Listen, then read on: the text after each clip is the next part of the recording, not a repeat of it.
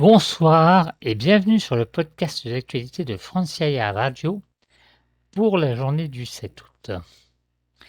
À la une longue interview accordée à l'hebdomadaire Semana par le président Ivan Duque à 1 an de la fin de son mandat.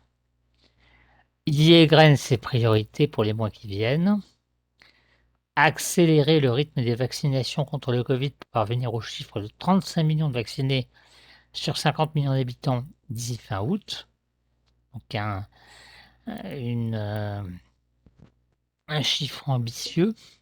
Le redémarrage de l'économie. Le chef de l'État colombien s'attend à une croissance de 13 à 15% au second trimestre et un peu plus de 7% sur l'ensemble de l'année en cours, compte tenu des perturbations occasionnées par le mouvement de protestation qui continue. Ensuite, le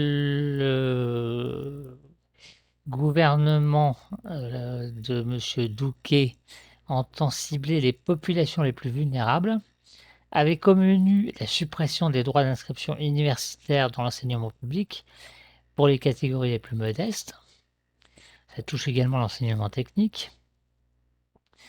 Il veut aussi pousser les feux sur la mise en place du revenu de remplacement, qui est un peu l'équivalent colombien de notre RSA, c'est-à-dire une aide financière versée aux plus démunis et qui vise actuellement 3 millions de foyers.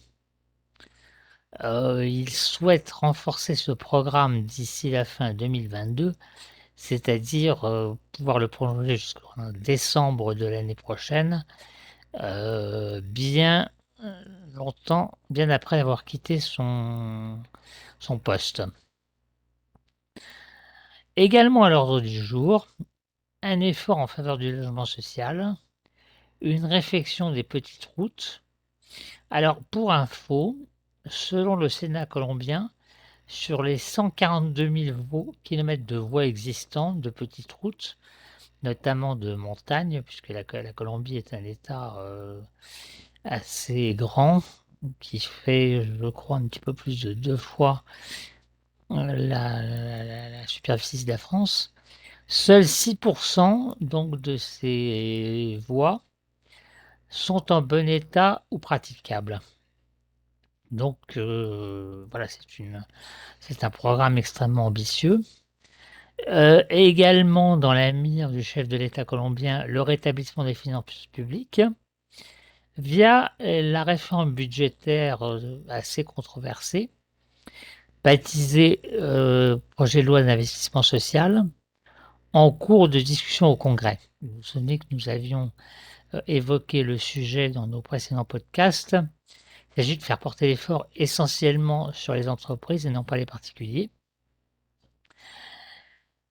Ensuite, le président a longuement insisté sur une particularité colombienne qui est l'élection au mois de novembre de cette année de conseils de jeunesse dans les communes, départements et au niveau national.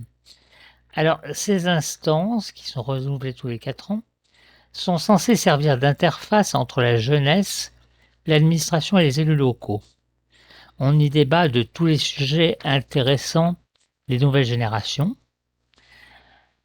Notamment la vie scolaire, etc.